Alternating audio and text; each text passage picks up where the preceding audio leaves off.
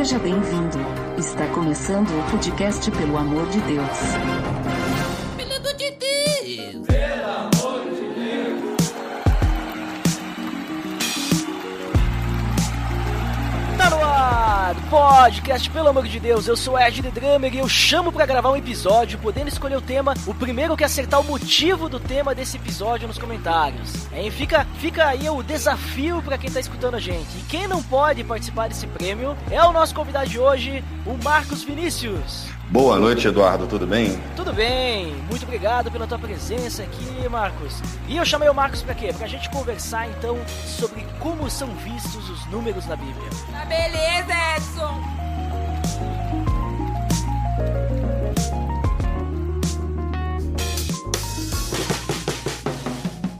Você está escutando o podcast no site pelamordedeus.org.br e vai ao ar sempre nas sextas-feiras, a cada 14 dias. Curta nossa fanpage em facebook.com/oficialPADD. Também siga no Twitter, através do @_PADD.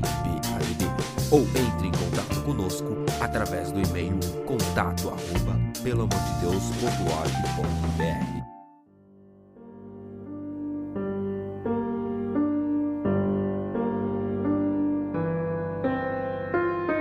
Então, Marcos, como eu comentei, hoje a gente vai falar sobre os números na Bíblia, né? Um pouquinho também sobre a questão da numerologia, alguns padrões, questões que estão relacionadas como as pessoas veem os números que aparecem na Bíblia, né? Mas antes da gente falar sobre isso, eu não sei se tu quer que eu fale um pouquinho de ti ou tu prefere se apresentar aí, falar sobre a tua formação, sobre também a questão do teu trabalho, que eu tenho certeza que vai ajudar muito as pessoas a entenderem como que tu é a pessoa certa para estar falando com a gente sobre isso hoje. Então vamos lá, Eduardo. Não que seja importante eu falar quem eu sou, mas quem ouve gosta às vezes de saber de onde fala a pessoa, quem é a pessoa que está falando, né? Exato. Eu tenho uma formação em Ciências Sociais e Jurídicas pela UFRJ, ou seja, Direito, e Português Grego pela UERJ. Tá? Também faço atualmente uma pós-graduação em Docência e Prática de Meditação. Estou convalidando meu diploma de Teologia, né? Também para a glória de Deus vai ser meu terceiro diploma. E a questão do nosso assunto de hoje, eu poderia ser considerado aquilo que as pessoas chamam como cabalista, mas um cabalista cristão. Alguém que olha para a cabala e olha para os números e vê nisso uma relação do que há entre a tradição judaica e aquilo que a Bíblia fala, sem evidentemente contrariar a palavra de Deus. Muito bem, então a gente percebe que a gente tem alguém que entende do assunto aqui, né? Não é alguém que nem eu, que só acha que entende ou só analisa as coisas e pensa que tá sabendo muita coisa, né? Bem, na verdade eu sou um eterno ignorante em busca de mais conhecimento. A gente sempre busca mais porque a Bíblia é um livro altamente profundo e a gente percebe que há cada vez mais coisas a se investigar na palavra de Deus. E como sempre, né, toda vez que a gente lê aquele mesmo versículo que a gente já leu milhares de vezes, parece que a gente tá percebendo sempre coisas novas, né? Exatamente. Algum detalhezinho que a gente... É que nem a gente olhar um quadro, né? A Bíblia é que nem a gente olhar um quadro que a gente já olhou milhares de vezes, mas a gente sempre percebe que, olha, tem um pontinho ali que eu não tinha percebido antes. Claro que na questão da Bíblia. Mas muito bem, então vamos falar um pouquinho sobre a questão dos números. Como é que a gente vê essa questão da numerologia na Bíblia? Existem alguns padrões, né, que as pessoas normalmente comentam, as pessoas percebem, né? Alguns números que se repetem e muitas vezes eles parecem ter algum significado, principalmente quando a gente olha a forma como esses números são utilizados. Até muitas vezes o pessoal olha para o Apocalipse e diz, não, aquele número está ali porque tem um significado para estar ali. Então, quais são esses padrões que aparecem na Bíblia, Marcos? Bem, Eduardo, então, em primeiro lugar, né, a Bíblia tem um livro chamado Números, mas isso não corresponde propriamente ao original, que é Bamidbar, que é no deserto. Exatamente. A questão é que o nome grego que foi dado é porque tinha muito número no livro de Números, né? Mas na verdade ele era no deserto, Bamidbar. Mas a questão é que durante toda a Bíblia, de Gênesis a Apocalipse, há número o tempo inteiro. E especialmente no Apocalipse, isso se torna uma realidade muito mais palpável, porque todas as realidades espirituais praticamente são permeadas pelos números. O que acontece é que a gente tem duas maneiras muito claras de enxergar. Ou a gente está viajando na maionese e vendo o significado onde não tem, né? Ou há um significado por detrás daqueles números que estão aparecendo. Agora, qual é a questão em primeiro lugar, do raciocínio que a gente está usando para verificar se há ou não há um padrão numérico. O ser humano faz basicamente 3 formas de raciocínio, que é o indutivo, dedutivo e dialético. Eu vou falar do raciocínio indutivo. A gente olha, vê uma evidência. Essa evidência inicial cria uma hipótese. E da hipótese a gente vai verificando, né, versículo por versículo, até chegar ao chamado salto indutivo. O salto indutivo é eu ter certeza de que aquilo que eu estou vendo realmente segue um padrão. E não simplesmente eu acho que tem um padrão. Por isso passa por uma longa pesquisa. Então, em resumo, quando a gente vê, por exemplo, que Deus fala que o homem e a mulher se unirão e serão uma só carne, ou quando a Bíblia fala, ouve, ó Israel, o Senhor teu Deus é o único Deus ou é um Deus, a gente começa a ver, por exemplo, que os números vão tendo um padrão. E o próprio número 1, que seria o mais básico de todos, já indica uma unidade. É só a gente começar a multiplicar os versículos que esse sentido da unidade aparece no 1. Uma certa obviedade pra gente. É verdade, a gente percebe principalmente uma questão da unidade até de Deus, né? Exatamente, de Deus, da igreja, de Cristo como cabeça da igreja. Cada vez que um aparece, né, ele vai ter significados, mas notadamente, muitas vezes, ele vai ter aí o sentido de unidade. O sentido de que, apesar de haver uma pluralidade, como muitas vezes há, o próprio corpo de Cristo é uma pluralidade, mas é uma pluralidade que tem uma unidade, é uma unidade espiritual. A oração que Cristo deixou em João, capítulo 17, é que o teu povo, a tua igreja, melhor falando, seja um. Né? O teu povo seja um. Quando a igreja de Cristo for um, então o mundo inteiro vai ver que ele é Deus. Exatamente, isso a gente vê nos evangelhos, né? João tem, Mateus também tem, né? Que todos sejam um, assim como tu, né? O Pai, no caso Jesus está falando,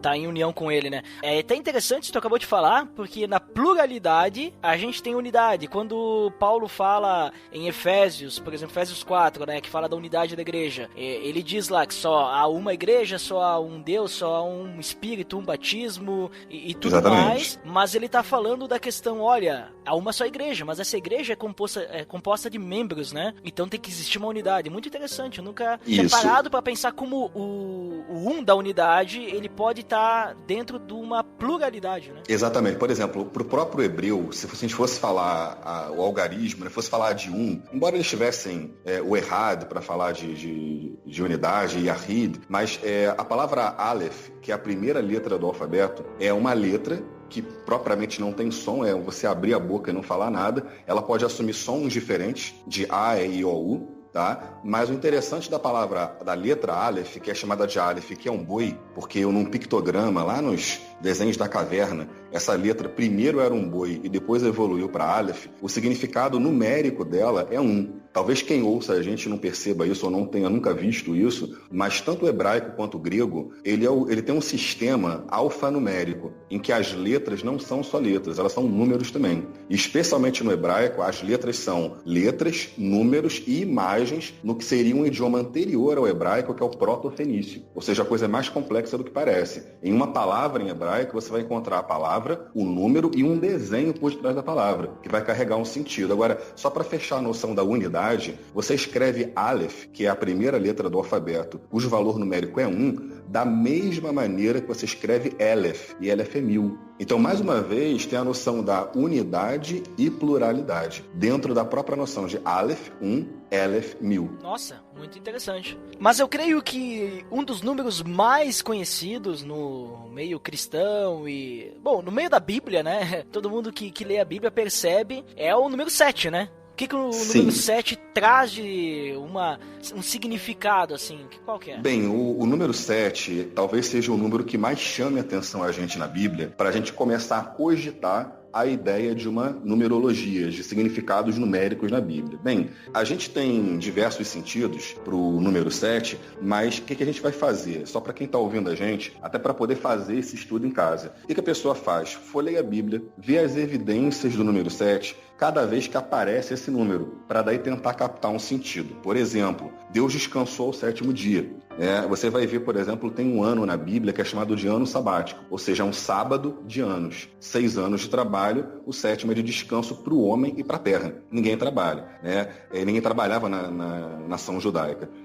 Você vai ver os cálices da ira, são 7, aparecem 7 vozes no Apocalipse, 7 selos, tem diversos outros sentidos, como os 7 braços da menorá. Então tem tantos sentidos distintos que a gente precisaria analisar todos eles e chegar a uma conclusão. Em resumo, o número 7 seria um número da plenitude, da perfeição. Tá? Quando eu falo perfeição, eu falo daquilo que é completo, no sentido que a palavra tem no latim perfectum, aquilo no qual não falta nada. Então, o homem, por exemplo, foi criado ao 6º dia e o 6 não é 7. O 6 almeja ser 7, ele quer ser 7, mas ele é só 6, ele é carnal. Então Deus não, Deus é o 7, Deus é perfeito, nele não falta nada. Por isso que o 6 daí, normalmente, ele é utilizado para o homem. Tanto é que quando a gente vai ver lá o número da besta, o número da besta é o número de um homem, que é o 666. Tem alguma relação com isso, não? Perfeito. O homem foi criado ao 6º dia, isso marca o homem como existência, O homem, quando pecou, Deus falou que ele trabalharia. A gente pode perceber que o homem trabalha 6 dias e descansa ao 7º. Quando havia a escravidão, na época da Torá, a pessoa trabalhava 6 anos e ao 7º ano, no ano sabático, ou no ano do jubileu, a pessoa era liberta da sua condição de escravo. Mas o que acontece do 6 é que inicialmente ele indicaria uma condição espiritual, porque o homem foi criado como homem espiritual, mas pela queda o 6 assumiu o sentido negativo da carnalidade. Agora, o que é o 666? É um número extremamente complicado. Ele é um número triplo. Então, ele começa 6, ele continua 6 e ele termina 6. O que indica uma noção de início, meio e fim. Ele é carnal, ele continua carnal e ele vai para o inferno porque ele é carnal. Tá? Isso é uma coisa interessante. E outras coisas mais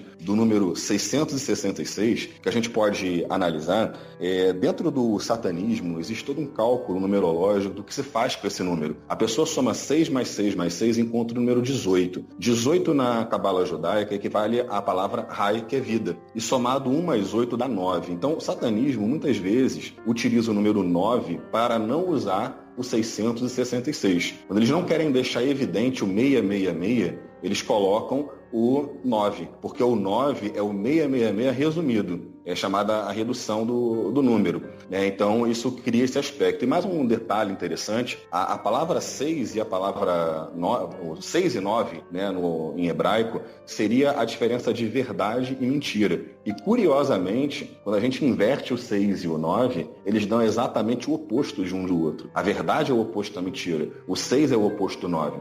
Isso é bem interessante. Nossa, e agora que tu falou isso aí do 9, que eles preferem utilizar o 9 pra meio que mascarar, qual é a relação disso na telefonia colocar o 9 na frente pra aumentar o número de celular? Hein? Olha, a questão Olha ali, hein, a polêmica. A questão é assim, A gente vai ver os números, Às vezes as coisas têm um sentido, às vezes elas não têm um sentido. Claro. Às vezes há uma conspiração, às vezes não há, Mas uma curiosidade, já que você falou isso, na verdade o uso do 9, ele não só é o 666 resumido, como ele é, no fim das contas, uma espécie da eterna inveja que o diabo tem de Deus. Porque se existe um número da besta, também existe um número de Deus. E o número do Deus triuno, se você fosse escrever em grego, a expressão Rho triádicos theos, o Deus triádico, que seria essa trindade, Pai, Filho e Espírito Santo, a expressão Rho triádicos theos dá 999. E olha que interessante, o número da besta é a trindade invertida. Olha só. Muito interessante, é verdade. nunca tinha percebido isso daí. Nunca tinha parado pra analisar também essa questão da inversão. Na verdade, eu nem sabia, dessa questão do 9. Essa é uma coisa nova que eu tô aprendendo hoje já, Tem muita curiosidade, inclusive, na noção da chamada cabala grega, que é você pegar as letras do alfabeto grego, que também são números, e transformar da mesma forma, num padrão numérico. Então, por exemplo, o número do nome de Jesus, Jesus, em grego, é 888. Então é interessante o padrão do 666, número da besta, 888, que é o número de Jesus, que é Jesus, e o Rho triádicos theos, que é a Trindade, a Santíssima Trindade, Pai, Filho e Espírito Santo, 999. Se a gente para pensar na atuação do diabo no Apocalipse, a gente vai encontrar ali o diabo, a besta e o falso profeta. Também uma trindade copiada e invertida, com toda a imoralidade que ela pode significar. É verdade. Outros números aí que a gente tem também na Bíblia. A gente tem, por exemplo, um outro número bem famoso, né, bem conhecido, que é o número 40 também, né?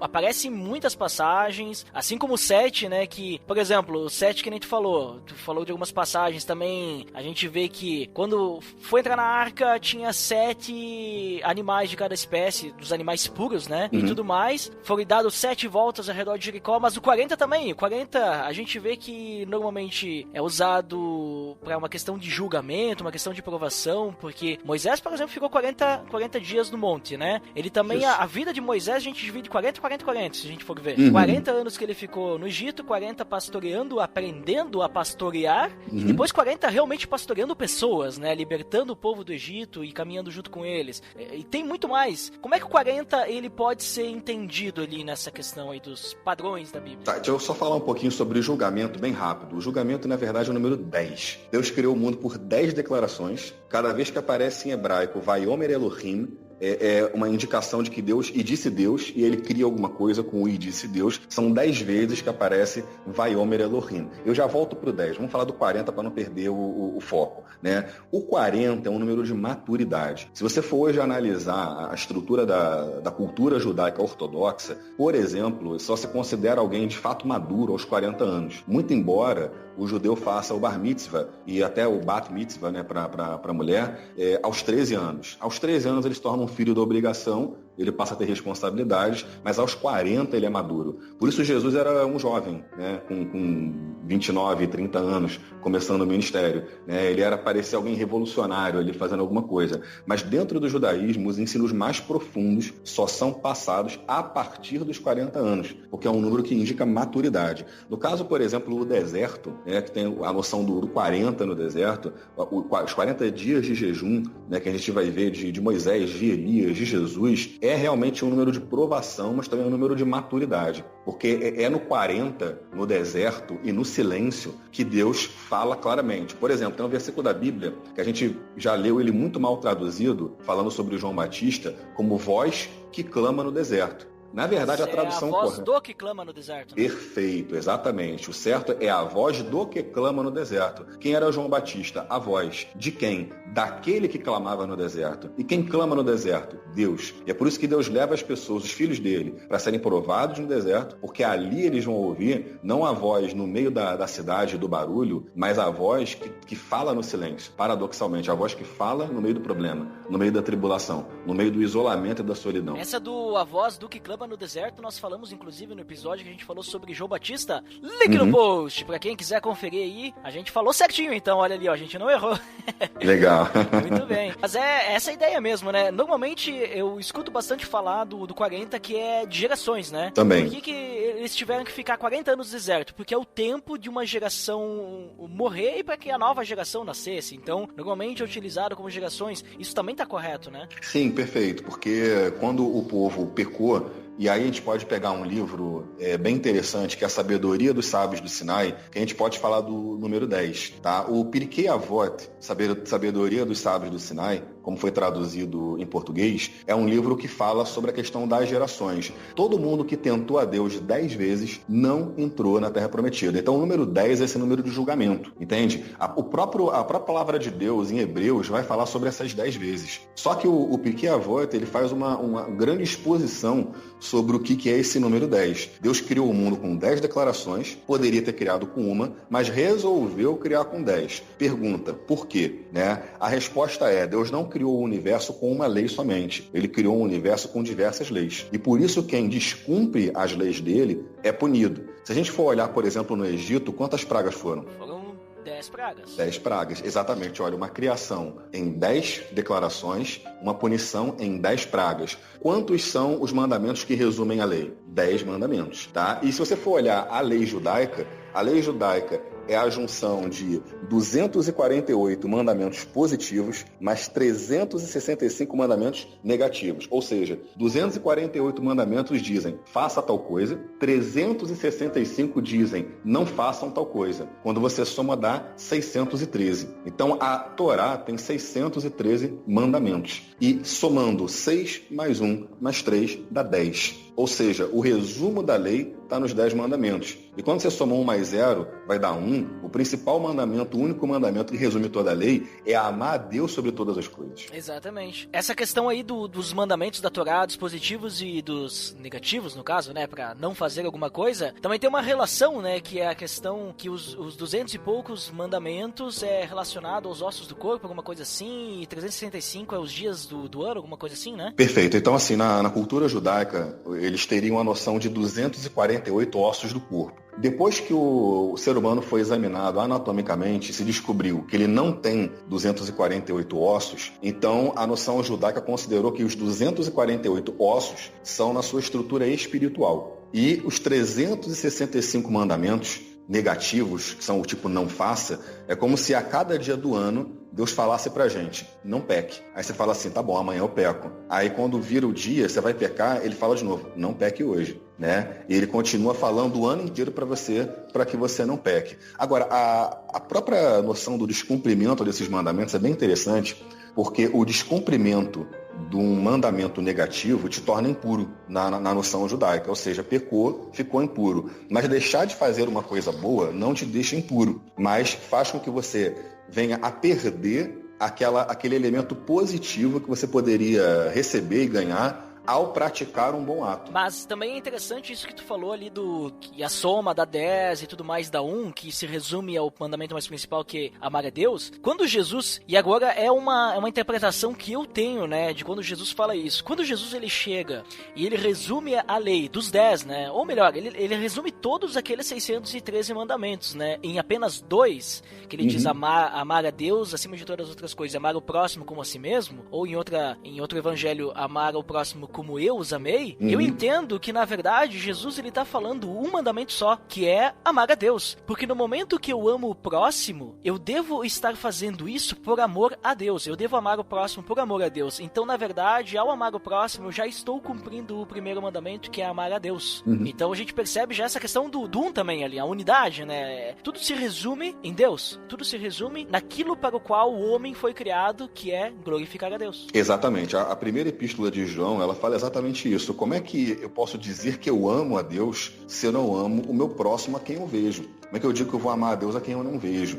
Então, na verdade, realmente, só tem um mandamento. O que a gente vai ver é uma distinção de que, às vezes, o resumo da lei é considerado como amar a Deus sobre todas as coisas somente. Às vezes, a gente só vai ver o amar ao próximo como resumo de toda a lei. Mas, na verdade, para que eu possa amar o meu próximo, eu preciso do amor de Deus. Ou seja, há uma unidade nesses 2 mandamentos que, na prática, eles são uma coisa só. É o amar. E temos mais números. Temos, por exemplo, o número da criação, né? O número 4. Qual que é a relação do 4 aí? Sim, a questão, por exemplo, da criação é uma coisa interessante, porque Deus, ele faz tudo no número de 3, e tudo que ele faz nos 3 primeiros dias, ele começa a preencher a partir do 4º. Então, tudo que é feito no primeiro vai ter o seu complemento. Exatamente no 4º dia, ele preenche o que ele fez no primeiro. No 5º dia, ele preenche o que ele fez no segundo. No 6º dia, ele preenche o que ele fez no terceiro. Então, a gente só organizar 1, 2, 3 e depois organizar do lado a tabela 4, 5, 6. Tá? O 4 significa muita coisa. O 4 vai ter como forma geométrica um quadrado, os 4 pontos de uma cruz. E a gente vai ter uma série de elementos que estão relacionados ao 4, como 4 cantos da terra, os 4 querubins, ou seres viventes. A maldição, que vai até a 4ª geração. Um trono tem 4 pontas. Os 4 cavaleiros do Apocalipse também são colocados aí, né, como 4. A gente tem uma série de elementos que vão estar relacionados ao ao número 4, que são um número de perfeição espiritual. Tem um dado interessante sobre a escada de Jacó, que Jacó olhou para a escada, mas ele não descreveu quantos degraus havia nessa escada. Mas há um midrash dentro do judaísmo que diz que havia 4 degraus. Mas já que você perguntou sobre o 4, eu vou indicar um livro, ou na verdade 2 livros, para quem tiver o interesse de pesquisar. O primeiro deles é O Corpo Fala, do Pierre Weil. Tá? Esse O Corpo Fala parece que não tem nada a ver, mas ele fala da estrutura do homem, que é uma estrutura em 4. O ser humano é uma escada de 4 degraus. Então, o que é interessante? Quando você vai ver um livro como O Corpo Fala, você espera simplesmente decifrar as pessoas, mas não esperava nada bíblico aí. Mas o que ele apresenta é que a esfinge no Egito, o chamado querube na cultura síria, ou o querubim na cultura judaica, eles vão resumir aquilo que é o homem. Então a gente tem 3 níveis, um nível que seria o touro, que seria um nível mais primitivo, que vai indicar o nosso desejo sexual, o desejo de comida, essas necessidades. Um segundo nível, que é peitoral, que seria o leão. E um terceiro nível, que é a cabeça, que é a águia. E o homem é a junção disso tudo. Tá? Eu sei que é estranho para muitas pessoas ouvir isso, mas o querubim é uma espécie de modelo do homem. Não é à toa que o próprio Pierre Weil, e aí eu indico um segundo livro, escreveu o Esfinge, Estrutura e Símbolo do Homem. Então, a gente tem comportamentos que são conflitantes dentro da gente. O comportamento de boi, de leão e de águia. E quando eu falo isso, eu sei que a pessoa pode achar simbólico demais, difícil demais, mas eu posso explicar isso neurologicamente e neuroteologicamente. A gente, numa teoria do chamado cérebro triuno, a gente vai ver que um grande pesquisador nos Estados Unidos mostrou que o homem tem um cérebro em 3 níveis, que é um nível reptiliano, mamífero e neomamífero. Então a gente, lá dentro da gente, passa por conflitos, que são conflitos de 3 estruturas diferentes, que brigam dentro da gente, com objetivos diferentes. O homem é essa escada de 4 andares. E o interessante de João, capítulo 1, versículo 51, é que quando Jesus fala sobre ele mesmo, vereis os anjos subindo e descendo sobre o Filho do Homem, na escada de Jacó, os anjos também subiam e desciam. Em outras palavras, Jesus falou que ele era a escada de Jacó. Mas antes disso, lá no judaísmo, o sentido dentro até da religião, antes do judaísmo, a religião hebreia, era que o número 4, ele é um aprofundamento do homem dentro dele mesmo. Esse homem subindo para Deus, do instinto para o sentimento, para a razão, e descendo da razão para o sentimento e para o instinto. E usando a subida e descida como uma espécie de circulação da presença divina, em que Deus cobre todos os níveis do ser humano e abençoa ele com toda a profundidade que Deus é capaz de abençoar. Nunca tinha ouvido falar dessa questão toda aí da escada de Jacó, essa questão do homem, né? Uhum. Esses 4 níveis, assim, né? Eu tinha só ouvido falar da questão que nem tu falou no início, né? Quando, o 4º dia da criação, a questão das estações do ano, os pontos cardeais, 4 cavaleiros do Apocalipse, os 4 pontos da cruz, 4 grandes profetas e tudo mais, né? Mas agora essa outra questão eu nunca tinha ouvido falar. A gente pode relacionar, aí pensando naquela noção, né, de Cabala, por exemplo. A Cabala olha muito para o homem, para o universo e para Deus. São sempre 3 níveis de análise. Quando Deus falou, façamos o homem à nossa imagem e à nossa semelhança, alguns vão dizer, era a trindade. Mas o entendimento judaico não era de trindade. Eu não estou negando a trindade. Mas o entendimento naquele momento é que Deus convidou o universo inteiro para fazer o homem. E quando Deus convida o universo inteiro para fazer o homem se tornou um microcosmo, ou seja, um pequeno universo. Então, tudo que acontece no universo acontece no homem também. Então, o número 4, como qualquer outra realidade espiritual, vai ter uma realidade em Deus, no universo e no homem. É nesse ponto que a gente pode perceber os números. Quando a gente olha para o número 4 na Bíblia, a gente pode ver as 4 faces de Cristo, os 4 evangelhos. A gente pode ver a manifestação de Deus em 4. Mas a gente pode ver a manifestação do universo em 4 estações. Olhando as 4 estações,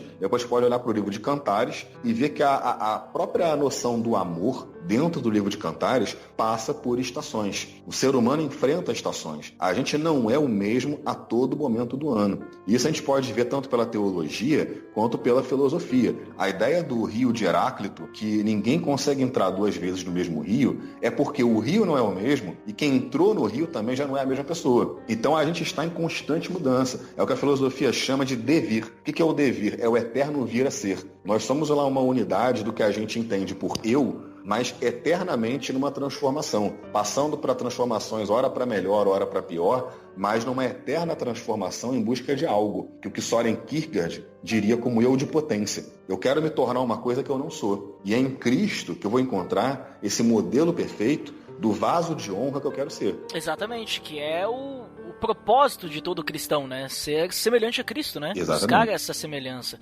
E agora uma pergunta, só para questão de curiosidade também na questão dos números, né? Que a gente percebe como padrões. A gente vê que quando Deus ele trabalhou com Israel, né? Dando a direção para eles, a gente vê que de Israel surgiram 12 tribos. Certo? Sim. E a gente vê que quando Jesus inicia seu ministério, ele chama para que o acompanhem 12 apóstolos. Tem alguma relação o número 12 também? Sim, perfeito. O número 12 é o número das horas, tá? O judeu dividiria as horas em 12, né? 12 horas do dia, 12 horas da noite, 12 signos. Muito embora a cultura judaica possa vir no calendário lunar a ter 13 meses, na verdade isso acontece de 3 em 3 anos. O calendário judaico é um calendário de 12 meses, semelhante ao nosso, mas um calendário lunar. O que é o 12, né? O 12 vai indicar um número de povo. E embora a gente veja que, contando todos os filhos que Jacó teve, não daria para formar 12 tribos, teríamos 14. A gente vê que em 3 listas da Bíblia, sempre 2 tribos estão de fora. Então, parece que era muito importante completar sempre o número 12 para número de povo. Não foi à toa que na construção do tabernáculo e na formação da roupa do sumo sacerdote, havia 12 pedras, cada pedra representando uma tribo, né? E como se houvesse toda uma representação dos céus, nos chamados signos, né? Nos sinais dos céus, e uma representação daquilo que Deus pretende ao escolher as pessoas. Se a gente parar para pensar na noção da própria astrologia, embora ela seja proibida pela Bíblia, a gente sabe que a personalidade das pessoas é diferente, né? Uma pessoa que é de Gêmeos, tem todas aquelas piadinhas, né? A pessoa é de Leão, tem aquelas características que a gente verifica como uma realidade. A Bíblia, ela condena a astrologia, embora ela diga, como fala Deus para Jó, uma pergunta muito curiosa: conheces tu, né, as ordenanças dos céus? Sabe tu estabelecer a relação entre os céus e a terra? Então, Deus fala que ele sabe, e nós não sabemos, e não compete a nós sabermos esse tipo de coisa. Mas o curioso é que é como se houvesse 12 personalidades diferentes, 12 tipos de pessoas, e quando Jesus chama 12 apóstolos, ele está lidando com a totalidade de pessoas que ele pode chamar. Então, pessoas totalmente diferentes em termos de personalidade, fora o fato de que havia correntes políticas distintas ali. Tinha um publicano, que era um traidor da pátria, tinha um sicário como Judas, né? Tinha um zelota como Pedro, então tinha gente de tudo que é tipo ali. E ele conseguiu harmonizar todo mundo num grupo só. É como se ele chamasse hoje um petista, um bolsonariano, e fosse reunido tudo que é gente que poderia ter tudo para brigar, e ele consegue fazer um grupo coeso, né? E só se perde o filho da perdição, que foi Judas. Então eu percebo assim que quando a gente olha para a Bíblia e a gente olha toda essa questão dos números, a numerologia e tudo mais, me parece que tem um significado muito importante cultural, que nem tu falou. Isso eu já tinha percebido várias vezes, que a gente tem as 12 tribos de Israel, mas os filhos de Israel não foram 12, foram mais, né? Inclusive, muitas vezes, a tribo de Levi, ela é deixada de fora nessa contagem, principalmente na divisão das terras, porque eles não têm terra. E daí fica só 12, né? Pra ficar certo, 12. Então me parece que era muito importante seguir os números. De certa forma, tinha então uma questão cultural pro judeu, e principalmente daí quando os apóstolos vão escrever os seus livros, as suas cartas, principalmente quando a gente vê as revelações ali das visões de João em Apocalipse, para eles parece que fazia todo sentido usar essas numerologias, né? Com certeza, os números são uma realidade espiritual, não há como negar isso. Eu até queria deixar um versículo sobre essa realidade espiritual, que as pessoas ficam com medo ao falar de números, né? Será que a gente está fazendo alguma coisa errada de lidar com números? Mas normalmente as pessoas citam Deuteronômio 29 para argumentar que a gente tem que ficar na nossa e não investigar nada. Mas Provérbios capítulo 25, versículo 2, vai dizer que a glória de Deus é encobrir o negócio, mas a glória dos reis é tudo investigar. Ou seja, Deus colocou segredos, plantou segredos, e apesar de tudo, ele deixou pra gente descobrir essas coisas. Então não é à toa, a gente vai ver os apóstolos, assim que Judas se perde, e o Espírito Santo ainda não havia descido sobre a igreja, que eles sentem uma tremenda necessidade de completar esse número de 11 para 12, até porque o número 11 era nefasto. Deus deu 10 mandamentos. O que era o 11? Era a transgressão, era ultrapassar os 10. Então não daria para manter um número 11 ali. Esse número não seria bom para eles. A gente olha, por exemplo, o número 13, né, ou qualquer outro número, eles vão ter aspectos positivos e negativos, mas às vezes a Bíblia ressalta mais o aspecto positivo ou negativo de um certo número. A questão é que lá no Apocalipse, a gente vai ver os 24 anciãos, que é 12 mais 12, né? A gente vai ver essa construção como a base do fundamento dos profetas e dos apóstolos, né? Isso parece bem fundamentado como povo. Quando a gente vê Tiago falando, ele se direciona às 12 tribos que estão na dispersão. E olha que a gente já tinha tido uma série de problemas lá no Antigo Testamento com a Assíria, que acabou praticamente com a unidade do povo quando jogou as tribos para tudo que é lugar do mundo. Mas Tiago escreve para as 12 tribos, não só num contexto judaico, mas também numa noção de que 12 tribos simboliza a totalidade do povo de Deus. Exatamente. E é bem interessante isso que tu falou dessa... Inclusive eu vejo a harmonia entre o Deuteronômio 29, né? E o Provérbios 25:2. Eu percebo uma harmonia no sentido que até da gente poder entender que existem coisas que a gente não vai entender, né? Por exemplo, a gente tenta entender a Trindade, mas ela vai além do que a gente consegue entender, né? Exatamente. Porque a gente sabe, Deus ele é 3, mas ele é 1, mas ele é 3, mas ele é 1. A gente não consegue colocar isso nos nossos padrões, né, da matemática, porque 3 não é 1, né? E também a mesma coisa que Jesus ser 100% Deus, 100% homem ao mesmo tempo, não faz sentido. 100% mais 100% é 200%. Não dá certo? Tá errada a matemática de Deus, né? Então tem coisas que me parece que, tipo assim, não nos cabe entender, nos cabe ter fé e aceitar. Deus, exatamente. Deus é triuno e pronto. Mas agora há outras coisas, como por exemplo, muitas pessoas criticam a ciência, né? Mas eu entendo que se Deus nos deu capacidade para pesquisar, querer descobrir novos planetas, descobrir a tecnologia, descobrir como que funciona o corpo humano, para descobrir como tratar doenças, como poder ter uma saúde melhor, eu entendo que isso é aquilo que tu citou de Provérbios. Né? Sim, de investigar. Exatamente, a gente investigar, crescer, para que a gente possa, na nossa sabedoria, crescer mais para se aproximar de Deus e ser semelhante a Cristo, obviamente, né? Então eu vejo que dá para ter uma harmonia entre esses dois, né? Não simplesmente, bom, Deus não quer que eu saiba como funciona uma televisão, então, porque Deuteronômio 29.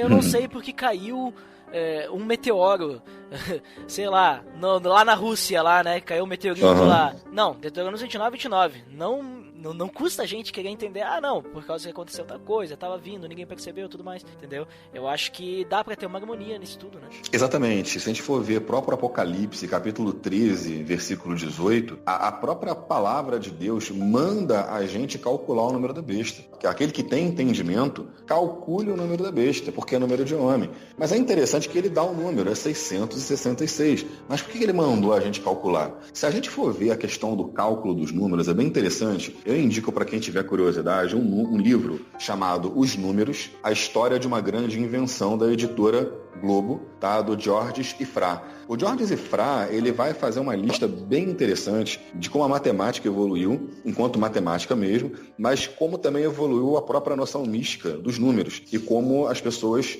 encararam a interpretação dos números. Tem alguns detalhes interessantes que as pessoas foram tentando calcular o chamado número da besta. Então, por exemplo, a ideia de César Nero, que era Kizar Neron em hebraico, ela somaria pelas letras hebraicas 666. Ou seja, eu imagino um cristão olhando para Nero e falando assim, vamos calcular o número do nome dele. E dava 666 em hebraico. Se fosse pegar, por exemplo, Diocleciano Augusto, seria Diocles Augustus, isso em latim, também trocando as letras por números, dá 666.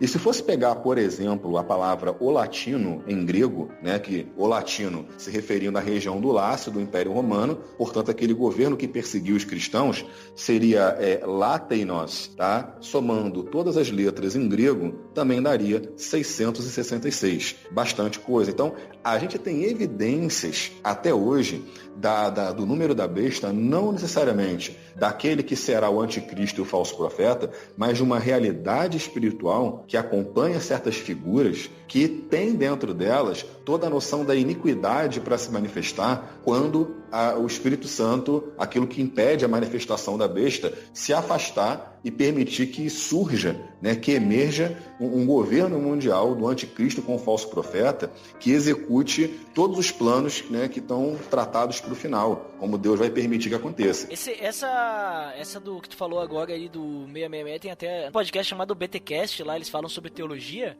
e eles convidaram um cara uma vez lá para falar sobre a questão do Apocalipse, que tem uma linha teológica que crê que Apocalipse, no caso, muitas das coisas que estão lá, agora eu não lembro qual capítulo já aconteceu, né? Tem uma linha teológica que era, tipo, João, quando teve a visão, já ia ser logo depois, né? Isso, na verdade, ele fala no futuro porque é como se ele tivesse sido transportado para o futuro, perdão, ele fala no passado, né?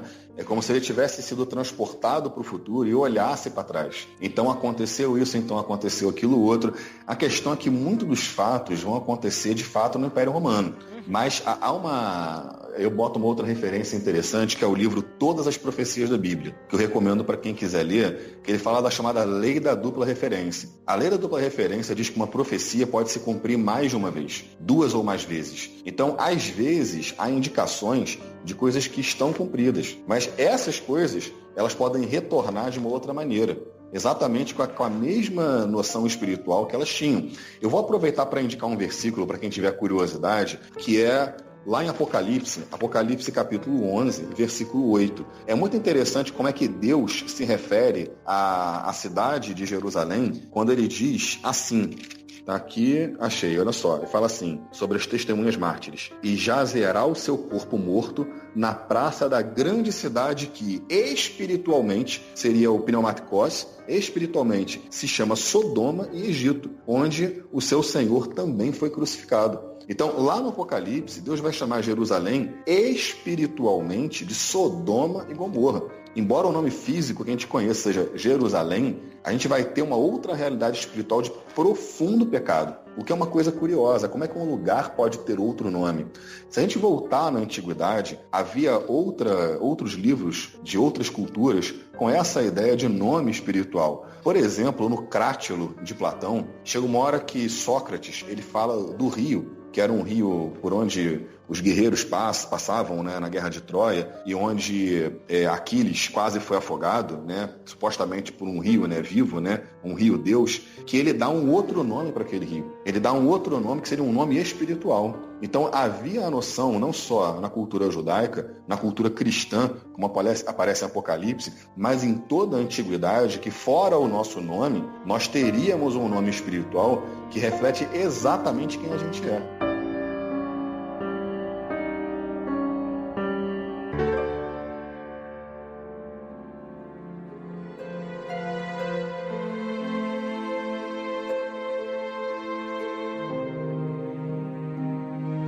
Muito bem, Marcos. E tu tem mais alguma coisa que tu quer falar em relação a essa questão dos padrões, dos números e também os seus significados que tu pode adicionar ainda? Sim, a própria noção de significado, ela está dentro da cultura judaica quando os judeus começaram a interpretar a Bíblia, porque ler a Bíblia já não era mais um ato tão fácil. Enquanto os judeus falavam hebraico, estavam inseridos na sua própria cultura, era tudo muito claro. Quando eles foram para a Babilônia e depois voltaram, eles começaram a ter que criar métodos de interpretação da Bíblia. Eles já não falavam mais hebraico, falavam aramaico e não tinham mais um acesso direto aos textos sagrados. Então começou a haver uma série de targumim, né? O targum como se fosse uma tradução, né? Uma interpretação, mas não é uma tradução que basicamente é para interpretar colocar acessível ali para a pessoa, e havia necessidade de traduzir o texto da palavra para o próprio povo de Deus, como a gente vai ver Esdras fazendo. Ele tinha que ler em hebraico.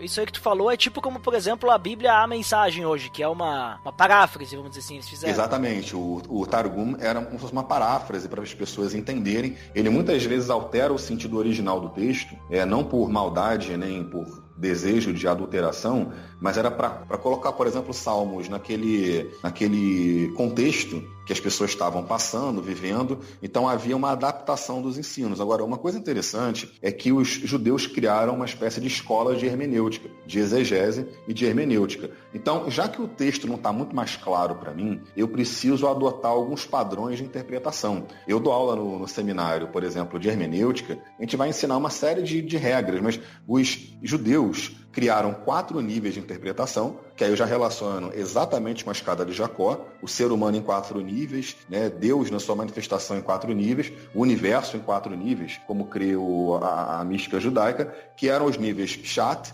Remes, Drash e Sod.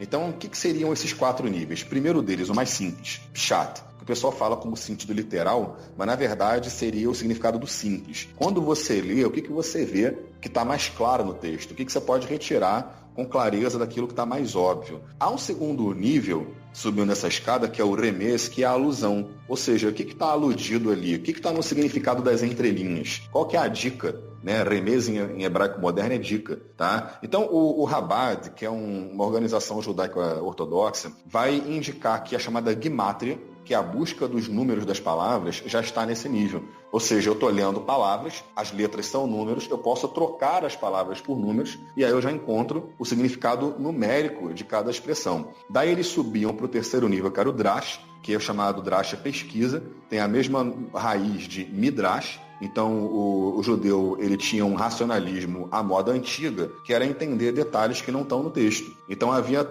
uma série de tradições orais paralelas, né, às histórias. E, por fim, o nível Sod, que é segredo, tá? Que é o sentido mais profundo e que fica reservado a poucas pessoas.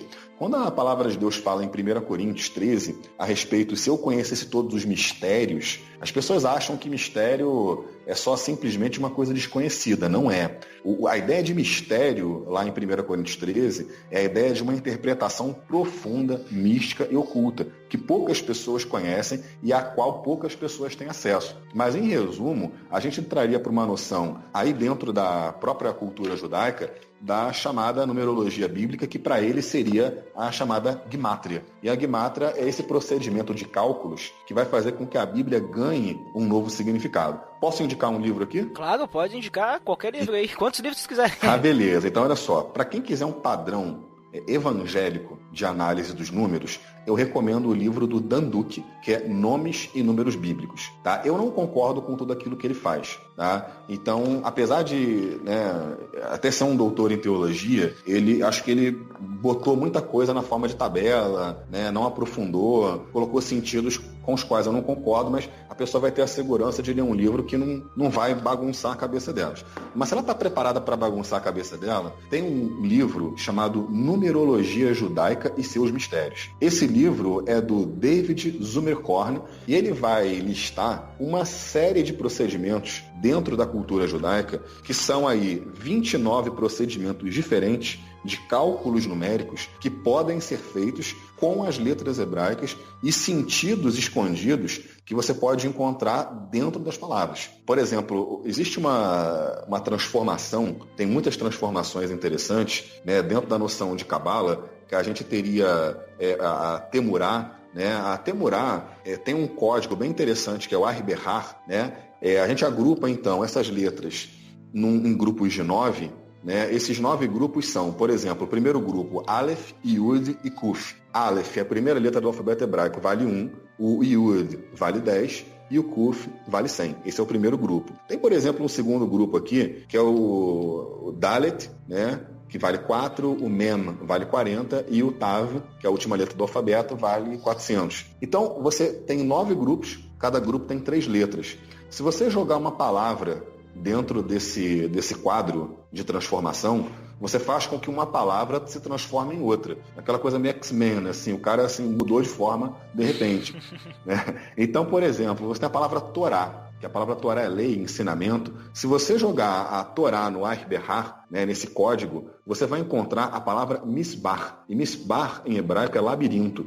Então, de acordo com essa transformação, a Torá é um labirinto. Ou seja, ela tem níveis e níveis e níveis e níveis para você investigar. Agora, o que eu entendo da sabedoria de Deus, eu acho que a gente não pode deixar eu não posso deixar de comentar isso. As pessoas estão hoje reféns da simplicidade. Tudo tem que ser simples. E eu discordo veementemente disso. É assim que a igreja está ficando cada vez mais superficial e desinteressante. Agora, o que acontece a respeito desse aprofundamento é que Deus teve a infinita sabedoria de colocar uma palavra no nível em que as pessoas entenderiam com muita facilidade e em outros níveis mais profundos que, se você investigar, você vai encontrar. Ou seja, a palavra tem vários níveis. Né? Você pode ficar no nível raso, né, nadando na piscina, me lembrar aquelas piscinas de criança, né, que eu nadava no Tijuca Tênis Clube, a piscina Feijãozinho. Né? Então, assim, você pode ficar na piscina Feijãozinho brincando, que era a piscina que era mais quente do clube, né, porque todas as crianças urinavam naquela piscina.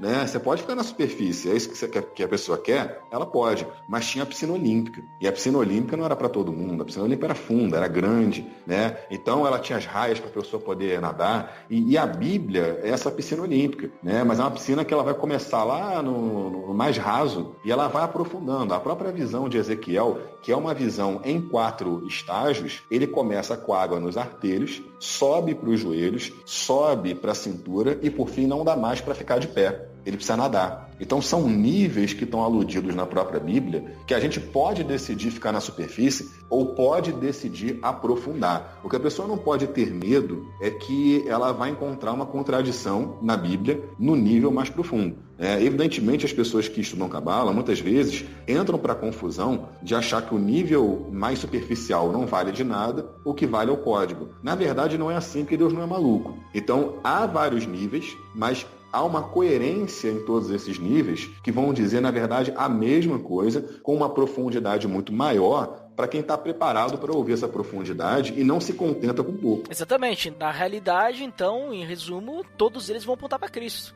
Né? Exatamente. Sempre eles vão apontar para Cristo. E na minha opinião, Eduardo, como as pessoas falam, né, o apontar para Cristo, toda a noção de Novo Testamento, cristianismo, a gente sempre olha para o Antigo Testamento como tudo apontando para Cristo. Mas eu acho que há um aprofundamento maior que a gente pode ver, não com tudo apontando para Cristo, mas com tudo apontando para Cristo em nós. Isso. Que é uma ligeira diferença, porque uma coisa é eu apontar para Cristo para um judeu que ainda não recebeu o Messias, o chamado Mashiach, né? Ele se converte. Mas o importante não é simplesmente enxergar Cristo, mas enxergar como Cristo pode estar em mim através de cada passagem. Vou dar um exemplo para você que para mim é muito impactante, né? Mais uma vez na noção da Cabala judaica, que pode ser interpretada pela Cabala cristã. A gente pega a primeira letra da Torá, que é o Beit. Quando se diz no primeiro versículo, o Bereshit bara Elohim et hashamayim ve'et haaretz, né? No princípio criou Elohim os céus e a terra. A primeira letra da Torá é Beit. A última letra da Torá, quando usa a palavra Israel, né, que é a letra Lamed, é a letra que fecha a Bíblia, seria equivalente ao nosso L. Então, primeira letra Beit, última letra Lamed. Quando eu junto essas duas letras, eu formo a palavra Lev. E a palavra Lev, em hebraico, é coração. Qual é o entendimento, então, judaico a respeito da Torá? Porque esse entendimento também evoluiu dentro da cultura judaica. É que toda a Torá não é simplesmente lei, não é simplesmente cultura, não é simplesmente regra de alimentação. É muito mais que história. A Torá fala sobre o Lev, a Torá fala sobre o coração, a Torá fala sobre o interior do homem. E é isso que precisa ser percebido. Quando a gente lê a Bíblia, a gente não só precisa ver Cristo, mas, na minha opinião, principalmente Cristo em nós. como aquilo ali precisa se tornar vivo na minha vida. Isso faz muito sentido agora que tu tá falando, porque depois, como tu comentou antes, né? Quando eles foram pro exílio, muito se perdeu, eles voltam, Esdras lê a lei pra eles se emocionam, choram, fazem as festas das tendas e tudo mais, e ali a gente tem depois, mais à frente, a gente vai ter um período de silêncio, né? E quando Jesus ele vem, então, os judeus eles não estavam, parece que eles não estavam lembrando que tinha a ver com esse coração, né? Que nem tu comentou, que a lei se resume no coração. Tanto é que quando Jesus sobe no monte para fazer o conhecido sermão do monte, ele pega e ele fala, ele aponta toda a questão da lei no coração, não é? Ele Exatamente. fala, olha, não basta tu adulterar, mas se tu já pensou no adultério, tu já pecou no teu coração. Não basta tu matar, mas se tu odiou o teu irmão, no teu coração tu já tá pecando. Exatamente. E a questão da judaica, quando você analisa o primeiro capítulo da Bíblia, lá que chama de Bereshit, né? O primeiro capítulo da Bíblia, ele repete 32 vezes o nome Elohim. Então, olha só, Beit mais Lamed, Beit vale 2, Lamed vale 30, forma Lev, que é coração. O número da palavra coração é 32, né? 30 mais 2. A palavra, o nome de Deus, como está na tradição eloísta, lá em Gênesis capítulo 1, aparece 32 vezes no primeiro capítulo. Daí eles entenderam, dentro da noção mística, do nível sódio, que é o nível mais profundo, que o ser humano tem 32 caminhos dentro dele. É chamado de 32 caminhos de sabedoria. Em outras palavras, cada passagem da Bíblia está se conectando com alguma parte do meu interior que está precisando ouvir aquela palavra. Ou seja, a Bíblia tem que ser viva dentro de mim. Se ela não for viva dentro de mim, ela não serve para nada. Ela vai ser igual a muitos intelectuais que sabem a Bíblia de Gênesis a Apocalipse, mas não têm vida, são ateus. São pessoas que não têm qualquer tipo de aplicabilidade daquele texto. Muito bem. Mais uma coisa importante para a gente falar aqui é que os números não são necessariamente só bons ou só ruins. Como diversos símbolos que tem tanto da Bíblia quanto do inconsciente, do mundo espiritual, eles podem assumir tanto a parte boa quanto a parte ruim, dependendo do contexto. Acho que um dos números emblemáticos para isso é o número 4, porque o número 4, ele aparece com os 4 evangelhos, aparece com as 4 faces do querubim, mas aparece também, por exemplo, quando a gente vê na cadeia da maldição, que a Bíblia falava que ia até a 4ª geração. Então tem o sentido negativo do 4. Quando a gente vê, por exemplo, os 4 cavaleiros do Apocalipse. Então, quando a pessoa examina o número, ela tem que entender uma coisa. O número não tem significado fixo. Até mesmo a cruz, como as pessoas olham, né? A cruz era um símbolo de maldição. E em Cristo, ela se tornou um símbolo de bênção. Um símbolo de transformação da maldição em bênção. O que eu acho interessante, como já aconteceu comigo, uma satanista, tentando me desrespeitar, pegou a cruz e inverteu, né? Mostrando assim, eu não respeito a tua religião. Eu falei para ela, olha, a cruz para cima é o que eu creio, né, como a morte de Cristo. Mas não adianta você inverter a cruz, porque por mais que você queira dar um significado satânico à cruz invertida, a cruz invertida foi a cruz que foi usada na morte de Pedro. Quando o apóstolo Pedro disse que ele não era digno de morrer como o Senhor dele morreu e pediu para ser crucificado de cabeça para baixo. Eu falei para ela, não adianta, colocar a cruz para cima ou para baixo, para mim ela é sagrada da mesma forma. Então a gente tem que ver o lado positivo e o negativo, até para não entrar numa neurose. O próprio número 13, que é sempre visto como um número maligno, ruim, aquela coisa toda, ele tem que ser visto assim, olha, as pessoas não reparam isso. José ficou preso 13 anos. No 13º ano ele foi libertado, ele saiu da cadeia. E a gente vê, por exemplo, Jericó, o povo deu uma volta por dia ao redor de Jericó, mas no último dia deu 7 voltas. Então você pega 6 mais 7 e encontra 13. Então o 13 é um número que não só pode ser ruim, como é para muita gente, tá? Mas ele é um número de queda de barreiras, como caíram as barreiras de Jericó. Agora, é claro, na tradição cristã se fixou a noção de que quando 13 pessoas se reúnem, uma delas morre, que foi o que aconteceu com Cristo, 12 discípulos mais Jesus. Então o 13 passou a ser um número negativo para muita gente. Mas se a gente pegar a palavra em hebraico amor, que é ahavá, juntando as letras de ahavá, a gente encontra o número 13 também, da mesma forma. Tá? Então, o número 13 não necessariamente é um número ruim. Depende de como ele aparece. Ele pode indicar o amor de Deus. Ele pode indicar a meditação, que é a palavra Hagá, Hagá em hebraico, que é meditação, como aparece no Salmo 1 e em Josué capítulo 1, a gente vai somar rei, gimel, rei, e vai fazer o número 13 também. E Deus falava para a gente meditar de dia e de noite. Então, de dia 13, de noite 13, 13 mais 13, 26. E 26 é o número do nome de Deus, o nome mais sagrado de Deus, que é o Yud, Rei, Vav, Rei, que vai dar 26, que é 13 mais 13. Então, não necessariamente os números são só positivos ou só negativos. Os números podem ter aspectos distintos, dependendo de como eles aparecem no texto sagrado.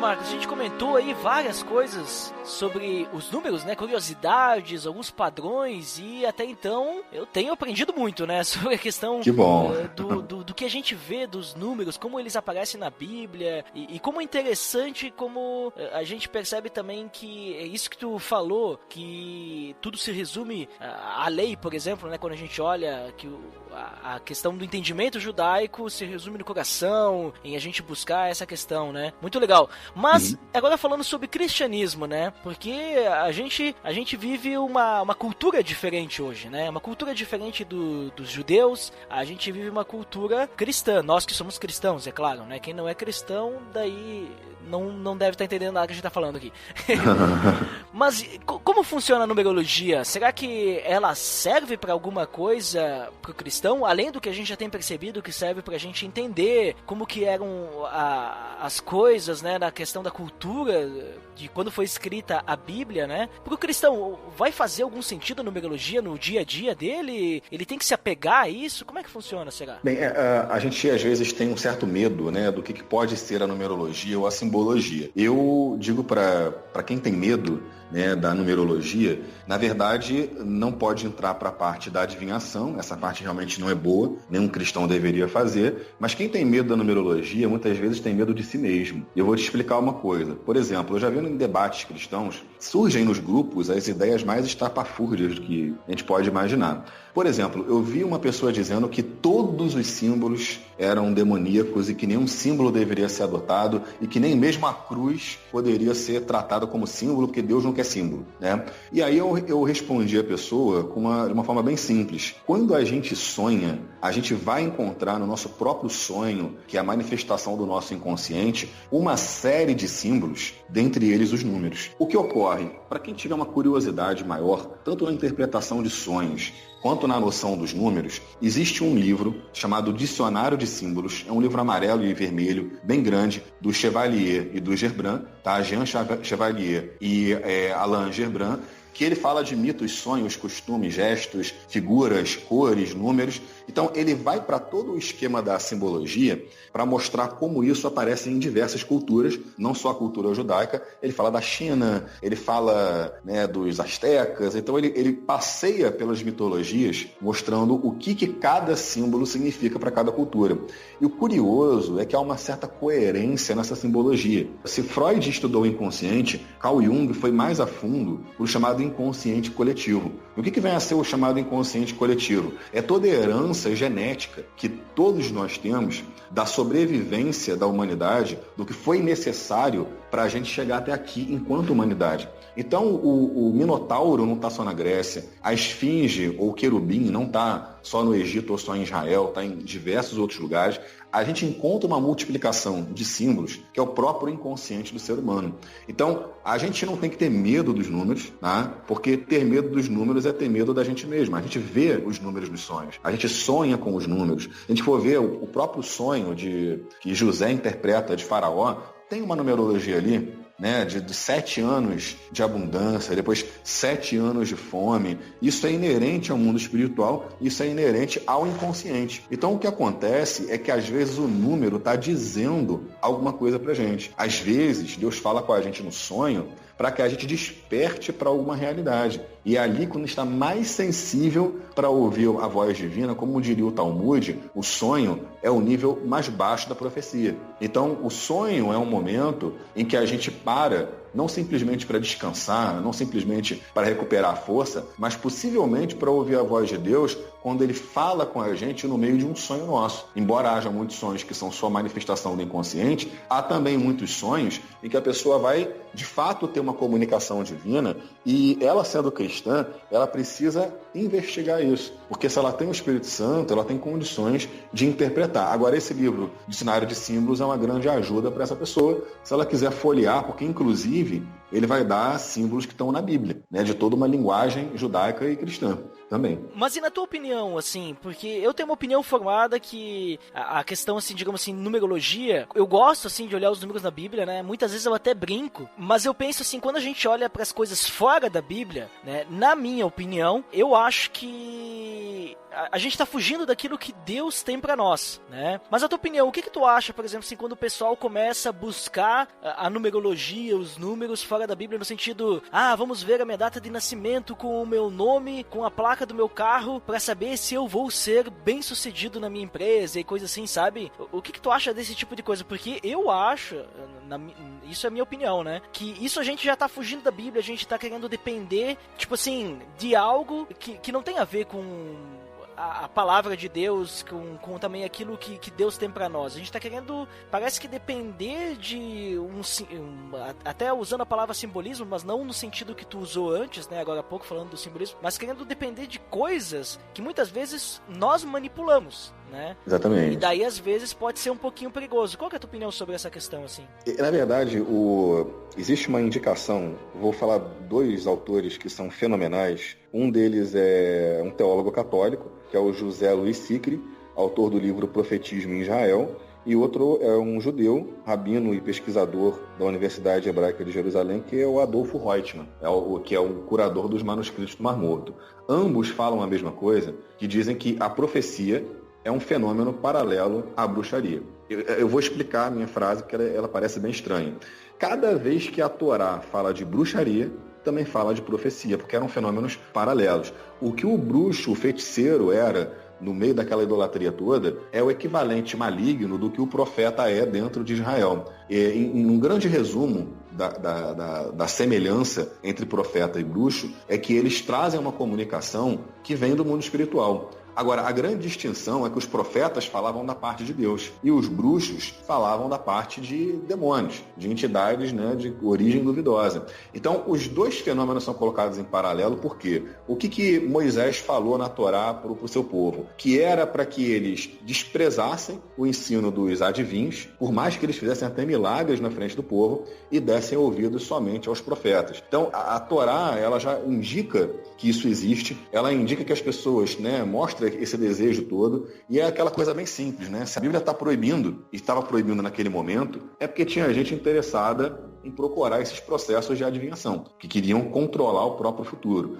E, evidentemente, havia do outro lado uma manifestação divina de Deus usando pessoas para falar com o seu povo, e hoje ainda muito mais no Novo Testamento, a possibilidade de cada um de nós ouvir mais diretamente a voz de Deus e depender do Espírito Santo. Em resumo, quem vai entrar para essas noções de adivinhação vai descobrir muitos padrões sim no futuro, mas na verdade vai se sujeitar àquilo que foi pesquisado. É como comer da árvore do conhecimento do bem e do mal. Depois que comer, você vai mastigar e vai sofrer lá todos os efeitos de ter comido aquela fruta, né? Então, o ideal é que a pessoa não se apegue a esse tipo de utilização que fuja da palavra de Deus, que entre para uma ideia de controle pessoal. Isso, de fato, como você falou, Eduardo, é ruim. É porque daqui a pouco, por exemplo, assim, a pessoa ela fica tão bitolada nos números que ela acha que ela precisa seguir os números, né? Tipo, uma coisa que eu acho muito interessante é a gente estudar, que nem tu falou, a gente querer conhecer mais da palavra, a Bíblia, e estudar essas questões, digamos assim, a questão dos números na Bíblia, pra gente poder se aprofundar e conhecer mais de Deus. Por que não, né? Agora, é muito diferente, por exemplo, não, porque o 6 é um número imperfeito. Se eu tiver R$666 na minha conta, não, minha conta tá com o demônio. Eu preciso colocar R$1 a mais, porque senão minha conta vai virar a conta do anticristo. Não, peraí. Não, eu tenho que tomar cuidado. Eu tenho que ter 7 filhos, né? A casa das 7 mulheres, porque 7 é perfeito. Ou tem que ter 12, porque daí dá, né? Sabe, as pessoas podem ficar tão bitoladas nisso que elas começam a... Não, vou construir uma casa aqui. A minha casa precisa ter 3 quartos para simbolizar a trindade, porque é um número bom, né? Eu tenho que ter só uma mulher. Não, isso sim, isso tem que ser só uma esposa. Não, tô brincando. Mas sabe, às vezes a pessoa ela quer seguir muitos números, né? Até eu brinco muitas vezes que, por exemplo, no popular, o 13 é um número de azar, né? O 13 é um número ruim, né? Então, eu não é que eu fiz questão, mas coincidentemente e depois propositalmente, todas as datas minhas e da minha esposa, por exemplo, de começo de namoro, de casamento e tudo mais, é tudo dia 13. Porque daí fica fácil pra me lembrar, né? Isso é um dado bom pros esquecidos, né? Então a gente começou a namorar num dia 13 e depois a gente casou num dia 13 também, né? A gente começou a namorar em 2013, né?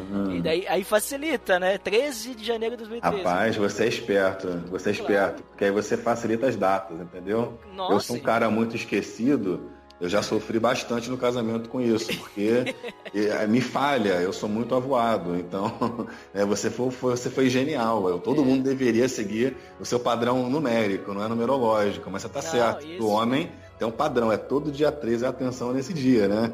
Eu comecei a namorar no dia 13 de janeiro de 2013 e eu casei no dia 13 de fevereiro de 2016. Ou seja, 3 mais 2 é 16, então é 13 de fevereiro de 2016, né? Aí ficou fácil pra lembrar, né?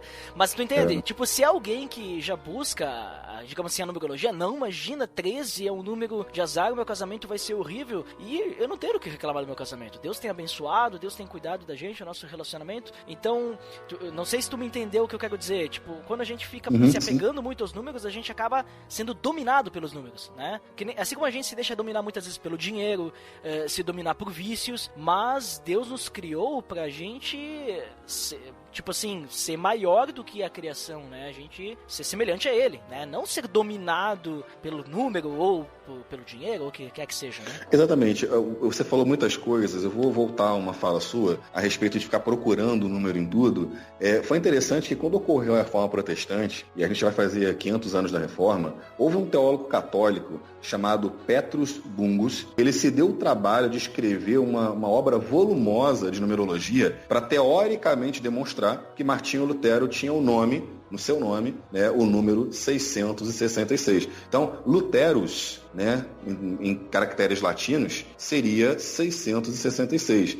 E aí a igreja também não perdeu tempo, a igreja protestante, e pegou a expressão Vicarius Filii Dei, que é o pontífice do Filho de Deus, que é aquilo que está na mitra papal, e juntou Vicarius Filii Dei e jogou de volta os 666 para a igreja católica. Então, onde está o 666? Né? Da onde vai vir a besta? Então, ela está onde? Ela está em quê? Na verdade, a gente tem padrões, tem indicações na Bíblia, e se a gente começar a ficar perdido, tanto numa busca insana, né, por coisas que vão acontecer, quanto por padrões da nossa vida, na verdade a gente vai deixar de olhar a realidade como ela é. Isso é um grande perigo. A gente vai deixar de procurar os meios racionais para chegar a um certo objetivo, como procurar um emprego, deixar o currículo antes, né, fazer uma boa formação profissional. O fato de tudo que eu falei aqui como uma mística cristã, uma cabala cristã, em momento nenhum eu quero dizer que a gente desconsidera o lado humano das coisas, porque é o erro no qual caem muitas pessoas. Se a gente for olhar o apóstolo Paulo, a gente vai ver um homem extremamente racional e ao mesmo tempo extremamente místico. Quando o povo de Corinto estava falando língua pra caramba, língua estranha, ele falou, olha, eu falo mais língua que vocês. E outra, né? Aí ele começa a falar, conheço um homem, que era ele mesmo, né? Que foi arrebatado ao terceiro céu. Então ele começa a contar uma série de experiências que estão muito além do que o povo estava vivendo naquele momento. Um homem que soube equilibrar a lógica com o elemento espiritual, ou seja, a gente não tem que abrir mão de nenhum e nem outro. Você entende? Uhum. Mas é essa questão de equilíbrio, né? A gente também não depender disso, depender de Deus, obviamente, né? Mas estudar o conhecimento, né? Que nem tu comentou desde o início, né? A questão de conhecimento, saber, né? As pessoas têm medo do conhecimento, é engraçado, né? Parece que se você estudar demais, você vai se desviar. Infelizmente, muita gente se desvia ao estudar demais. Isso, infelizmente, é uma realidade. Mas O estudo que a pessoa precisa seguir, acima de tudo, é um estudo guiado por Deus. Que não perca o relacionamento com Deus, que não perca essa comunhão com Ele, porque Deus leva a gente intuitivamente ao estudo e a uma série de coisas que vão somar sobre a nossa vida. Agora, Eduardo, se eu falar para você que em toda a minha caminhada eu fui equilibrado, isso vai ser uma grande mentira. Eu já fui um desequilibrado diversas vezes. Tá? Então, toda essa ideia de pesquisas, de elementos místicos, sobrenaturais, eu acho que nem todo mundo está preparado psicologicamente para lidar com isso. Né? De tudo que eu já estudei de elementos místicos, de ocultismo, de uma série de coisas, já passam de 20 anos estudando. Você entende? Para uma hora eu me equilibrar. Então, será que a pessoa tem o chamado para isso? Né? E se sente impulsionada para isso? Porque se ela se sentir, vai ser bom ela ter algumas ajudas. Né? Se alguém depois quiser me procurar, né? Se quiser falar depois do nosso grupo lá no Facebook, tá? A gente orienta as pessoas. Né? É um grupo que é aberto para pessoas de todo tipo, né? Que entram para falar, né? Com o nome, vou aproveitar para falar que o nome do grupo é Cabala Cristã, no Facebook, Beit Mecubalim, mas se colocar Cabala Cristã já sai lá. Inclusive, link no post, daí já vai direto pro grupo. Tá ótimo, porque o Beit Mecubalim é casa dos cabalistas, né? Então, só digitar Cabala Cristã já sai, a gente aceita pessoas de todo tipo, tem maçom no grupo, tem satanista, mas a questão é que tem um respeito entre as pessoas, e a questão é que a gente abriu um grupo para falar de Cabala, e Eduardo, te confesso que já saíram algumas pessoas da bruxaria dentro daquele grupo. Porque a gente começa a confrontar toda essa mística com a palavra de Deus. O grupo nem foi aberto para evangelizar ninguém. Ele foi aberto para discutir aquilo que não é discutido no meio cristão. Às vezes, numa lógica reformada, tradicional, racionalista, não se toca nesse assunto, que é interessante, profundo, existe e é bíblico. Né? Agora, a questão é que já fiz até exorcismo, né? Expulsão de demônio por telefone. Só para você ter uma ideia, gente que me procurou desesperada, que estava afundada na bruxaria, né? E não sabia o que fazer. Né? Aí eu falei, agora vai entrar o nome sobre todo o nome, que é Jesus Cristo, né? Que por curiosidade, Eduardo, o número de Jesus é 888, mas o verbo ekbalo, em grego, que é expulsar, também é 888, né? Então tá certa aquela frase lá dos viadutos, que tem bastante aqui no Rio de Janeiro, que só Jesus Cristo expulsa o demônio das pessoas. A frase é engraçada, né? Mas assim, é uma realidade, né? Então a gente muitas vezes lida com pessoas que estão desorientadas, estão procurando uma coisa profunda para entrar em contato com o sobrenatural, mas vão ser confrontadas com a realidade. Com o que você está mexendo aí? Você tem certeza que você vai aguentar depois? Eu vou fazer mesmo assim. Tá bom, faz. Agora, o dia que não der certo, me procura. E você vai precisar de mim. Então as pessoas já ficam assustadas, né? Vai mexer com isso? Então é um grupo que aceita todo mundo, né? A gente conversa sobre vários assuntos. Tem Rosa Cruz, tem cabalista, tem rabino, tem de tudo ali. Mas acima de tudo tem o respeito, né? E tem a palavra de Deus. E o grupo é comandado para se voltar para a palavra de Deus, uma interpretação cristã, cabalista, e daí a gente tem orientado as pessoas dentro daquilo que é bíblico, na possibilidade do que é extra-bíblico, né? Ou seja, não contraria a palavra de Deus, e evidentemente sempre recomendando que as pessoas não caiam naquilo que é antibíblico, entende? Muito bem.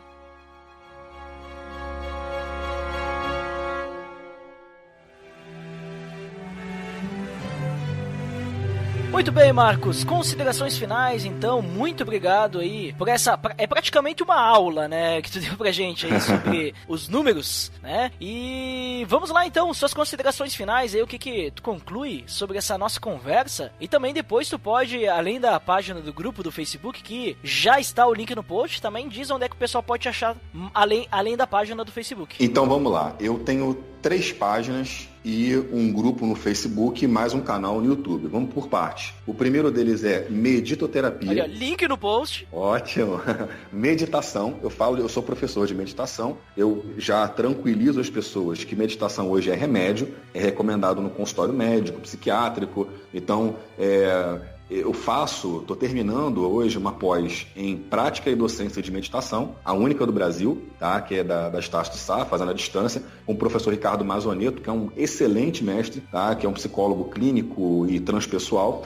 Então, ali estou fazendo um projeto, um TCC, sobre neuroteologia, analisando as áreas cerebrais, o que acontece no cérebro da pessoa quando ela ora, quando ela medita e por aí vai. Então, Na página Meditoterapia, eu falo basicamente de meditação em nível científico. Há uma outra página que é Neuroteologia. Tudo junto, Neuroteologia, com o N maiúsculo e o T maiúsculo também, porque infelizmente já tinham feito na Itália uma página com o mesmo nome. Tá? Na Neuroteologia, eu começo a analisar, por exemplo, o que acontece com alguém quando a pessoa ora em línguas. Puseram os eletrodos na pessoa e verificaram o que acontece. O que acontece quando alguém ora? O que acontece quando alguém medita? Então, o Andrew Newberg, na Pensilvânia, estudou essas coisas e começou a publicar diversos livros sobre o assunto. E eu estou nesse caminho, né, de pesquisar esses elementos teoricamente irracionais que hoje estão fazendo muito sentido com base na ciência, né, o que faz a gente voltar para toda uma tradição bíblica e judaica que existe na antiguidade.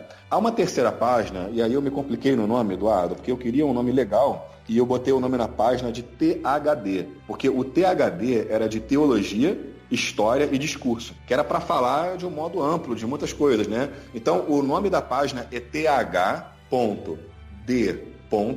espaço, traço, espaço, em inglês, Theological Doctor. Tá? Essa página, que é a página onde eu mais publico, tá? THD Theological Doctor, é a página em que eu estou em mais atividade, fazendo vídeo ao vivo, né? Tentando fazer ou toda semana ou de 15 em 15 dias, né? E depois jogo tudo pro canal no YouTube, que é o canal Cabala Cristã, que ainda está pequenininho, mas se Deus quiser vai crescer, começou há pouco tempo, tá? Fora o nosso grupo de Cabala, no qual a gente dialoga, debate e orienta as pessoas, né? Então, link no post de todas essas páginas aí, né, do YouTube também. E para quem quiser ter aula comigo, tá? Eu sou professor de português 1 e 2 no Seminário Teológico Maranata, também dou aula de literatura cristã e hermenêutica. Na literatura cristã, Eduardo, eu analiso um livro que eu já vi que é desconhecido pelos brasileiros e pela igreja, né, teólogos brasileiros de um modo geral. Eu analiso a Filocalia, que é o livro clássico da Igreja Católica Ortodoxa, tá? Que embora seja católico ortodoxo, na verdade, foi escrito antes da Reforma, né? Foi escrito por mais de 20 autores num espaço de mais de 1000 anos. Então esse livro é cristão, pertence à nossa tradição cristã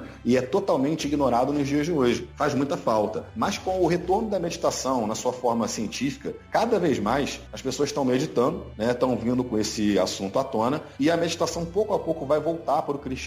Se Deus quiser, Eduardo, eu vou escrever em breve livros sobre meditação cristã, sobre cabala cristã e vou começar a trazer de volta aí, né, com a ajuda de Deus, a tradição perdida no cristianismo. Porque hoje praticamente ninguém medita e quando olha a meditação ainda olha com aquele olhar torto, achando que se trata de budismo, de hinduísmo, como se não houvesse uma tradição no meio evangélico, apesar de os profetas meditarem, como meditavam, apesar de terem indicações na Bíblia de que, por exemplo, Jesus meditava, né? E durante toda a história da igreja, as evidências são extensas, né? Durante toda a história da igreja, houve pessoas meditando. Mas a gente cai num período de racionalismo, e quando eu falo racionalismo, o fato de enfatizar demais a razão não necessariamente é bom, né? Porque a pessoa, às vezes, abandona certas práticas, como a oração, e nesse caso, mais ainda a meditação, que são práticas que podem ser usadas por Deus para abençoar a pessoa. Mas não só isso, né? A questão também do tempo, né? As pessoas não querem parar 2 segundos, né, para pensar em alguma coisa, né? Hoje em dia,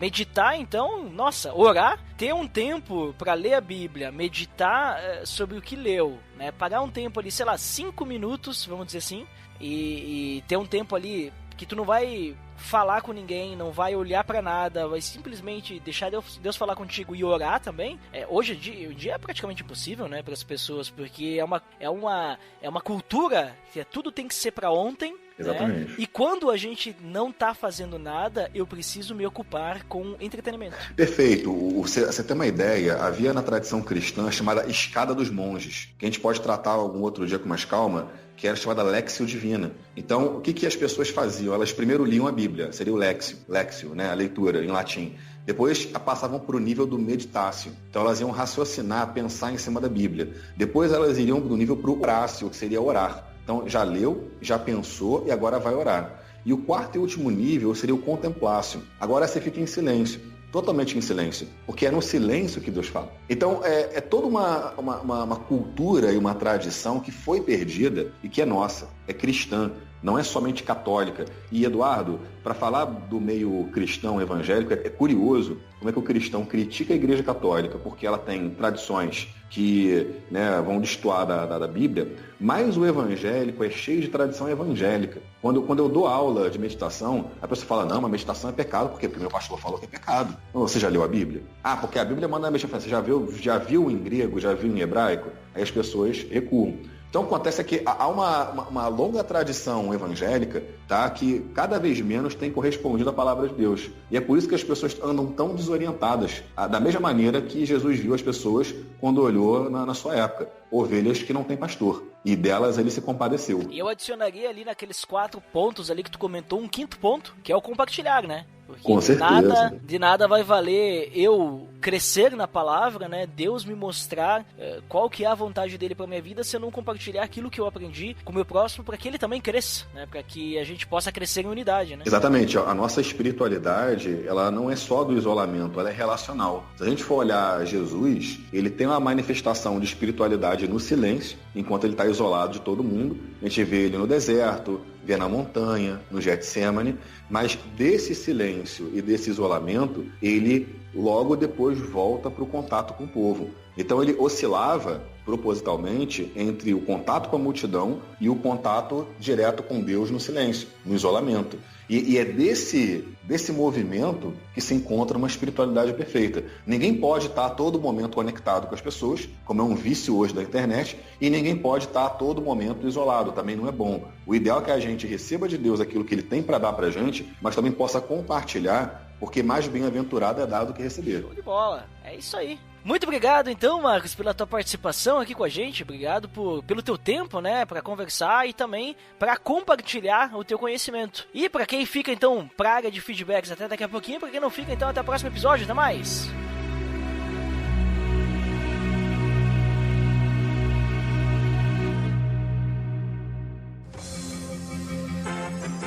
Atenção! Você está entrando na área de feedbacks. Fique ligado.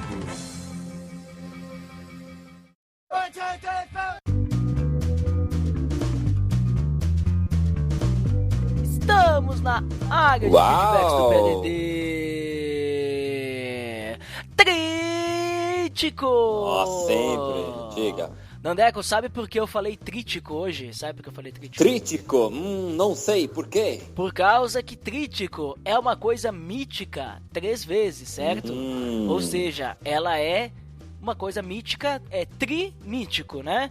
E esse episódio está sendo lançado no mês de setembro, que a gente tem o quê? O que é o dia mais importante do nosso país, o Rio Grande do Sul, que é a Revolução Farroupilha, né? A revolução que nós não ganhamos, mas comemoramos. Foi o 20 de setembro. O precursor da liberdade, né? Ou seja, a revolução que nós não ganhamos, mas comemoramos, né? E aí por que o tri? Porque aqui na Serra Gaúcha o pessoal usa muito a gíria tri, né? É trimassa, alguma coisa que é tri, quer dizer que ela é 3 vezes, ou seja, é muito legal. Então, a saga de feedbacks aqui vai ser trítica. Por isso, Dandeco, vamos lembrar o feed qual é? O feed é o pelamordedeus.org.br/feed/podcast. Para você, então, assinar o feed e receber automaticamente no seu aparelho, né, quando sai um episódio novo do Pelo Amor de Deus. E se você tem iPhone ou o programa iTunes, né, instalado no seu computador, você pode acessar o pelamordedeus.org.br/iTunes, que você será redirecionado para a página do iTunes do Pelo Amor de Deus. Dandeco, vamos aos feedbacks. Do episódio 110, falamos sobre a liberdade da graça. Quem que foi o primeiro? Primeiro foi ele, o Abner Lobo. Ah, que novidade, né? O que ele disse? Fui liberto para comentar aqui no PADD. Muito bem, muito bem. Muito obrigado pelo seu feedback, sua liberdade, Abner. A liberdade de poder deixar seu feedback. Quem que foi o próximo? Foi o Israel Schmidt. Opa, Israel Schmidt, conhecido meu, aqui da nossa cidade, Dandeco. A gente chama ele de Isra. E o seu Isra falou o seguinte: aos 18 minutos, Gotta Serve Somebody, Bob Dylan. Parabéns pelo podcast. Agora que tu falou isso aí, eu lembrei daquele vídeo, não sei se tu conhece, que tem o radialista que ele fala os nomes ingleses, não sei o que, Starting Ways to Heaven, Sunshine of Mine. Vou ler em homenagem a esse radialista. Vai, fala aí. Então o Israel Schmitz falou o seguinte: aos 18 minutos, God Save Somebody. Bob Dylan, parabéns pelo podcast. Será? God Save Somebody. Bob Dylan, MP3. Link no post do vídeo que eu tô falando aí pra você conferir e também dar algumas risadas aí. O cara é um comediante, um radialista, né? Mas muito obrigado, Israel, pelo seu feedback pândego, né? Que nos traz essa alegria petis, né? Veja só. Exatamente. Quem que foi o próximo? Ele é o Rodrigo Oliveira. Rodrigo Oliveira, uma pessoa frugal, né? Que participou, inclusive, desse episódio. O que ele disse? Que a gente usufrua da liberdade que Cristo nos deu para não pecar, para servir de coração, para amar ao necessitado, para perdoar e etc. Jamais para fazer qualquer coisa que desagrade o Pai e que seja contrário ao fluxo de vida que Ele projetou para nós. Prazer participar com vocês desse cast. Deus os abençoe. Muito obrigado, Rodrigo. Você que é uma pessoa patráquio, estrogonoficamente sensível, né? Uma pessoa do Resistência Podcast que merece o respeito tecnológico. Muito obrigado pelo seu feedback, né? Adicionando mais ainda o nosso papo que tivemos, né? E quem mais passou por aqui, Dandeco? O próximo foi o Denis Cruz. Opa, lá do Livre Cultura. O que ele disse? Olá, moçada. Tem um tempo que não comento. Apenas hoje. É verdade. Mas aqui minha participação depois de ouvir o episódio no trânsito de volta para casa. Acho legal dizer onde ouço, pois para mim há experiências diferentes dependendo do momento que ouço um episódio. Falando em liberdade em Cristo, de fato é uma porta para que muitos acreditem na liberação geral da vida, na libertinagem completa e sem critérios.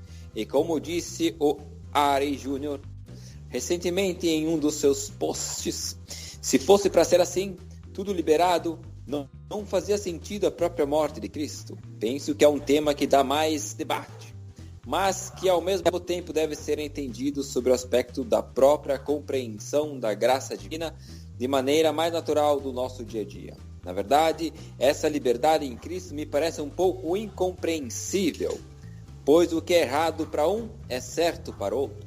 O que é verdade para o meu irmão aqui do lado pode ser algo abominável para mim. Concordo com o que foi dito no sentido de que, acima de tudo, não seja nossa vontade, apenas de fazer o que vem às nossas cabeças, mas a preocupação do que fizemos. Também pode servir de pedra para aqueles que vêm ao nosso lado. Ótimo episódio, pessoal, e meus parabéns ao Abner Lobo por ser o primeiro a comentar. Um dia consigo ser também. Olha aí, ó, temos alguém, hein? Pra competir com o Abner Lobo, ó, o Denis Cruz, né? Vai ter que ficar alerta aí, Denis Cruz. Mas muito obrigado, Denis Cruz, por seu feedback helicopterizado. Um feedback retumbante e mediocrático, veja só. O Denis Cruz que tem andado um pouco taciturno, né? Não tem aparecido muito aí. Quando aparece, deixa um feedback de sapiência tunada, Dandeco. Uau, muito! É uma sumidade incrível, né?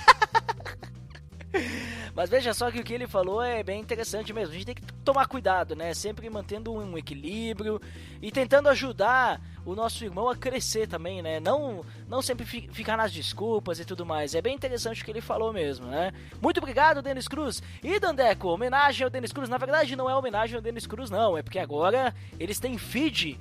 E agora eu assinei o feed deles e agora eu estou acompanhando e fazendo parte desse novo podcast. Qual que é a indicação de hoje? É o Livre Cultura Cast 02, Vício de Tecnologia. Muito bem, link no post. Recomendado esse episódio, principalmente aí, que é o segundo episódio, para você pensar e refletir um pouquinho sobre essa questão da tecnologia. Será que você está viciado em tecnologia? Então, fica a dica aí para você conferir o podcast da Livre Cultura. É isso aí, pessoal. E por hoje acho que é só, né, Dandeco? Eu acho que hoje foi uma área de feedback chibata, né? Que nem diria o Denis Cruz. É que você, Dandeco, com a sua voz tunada, né? A sua voz incrível, subjetivamente qualificado para essa função a qual você, uma pessoa helps, né? Uma pessoa acrobática está aqui, né? Fazendo, ajudando, e ninguém tá fazendo nada por ti, né? Você que Dandeco, você a gente chama você de dandy, e você, querendo ou não, você é uma pessoa dandy, né? Uma pessoa que se veste com elegância, né? Então, pena que nós não temos em vídeo, né? Não temos vídeo, né? Mas você dessa alcunha que significa apelido, né? É dandy, que diz mesmo o que você é, né? Procura se vestir com elegância, é uma pessoa frugal e ao mesmo tempo dandy, né? Então, acho que a gente pode se despedindo dessa área de feedbacks, que foi uma área de feedbacks inoxidável, ou seja, cheia de brilho, né? Exatamente, fico até sem palavras para agradecer esses enormes elogios, né? Mas queria agradecer aí a todos os ouvintes do PLD e principalmente o meu amigo Ed Drummer, quem educou e tá sempre... Chega, pessoal, por hoje é só. Até mais. Medo de Deus.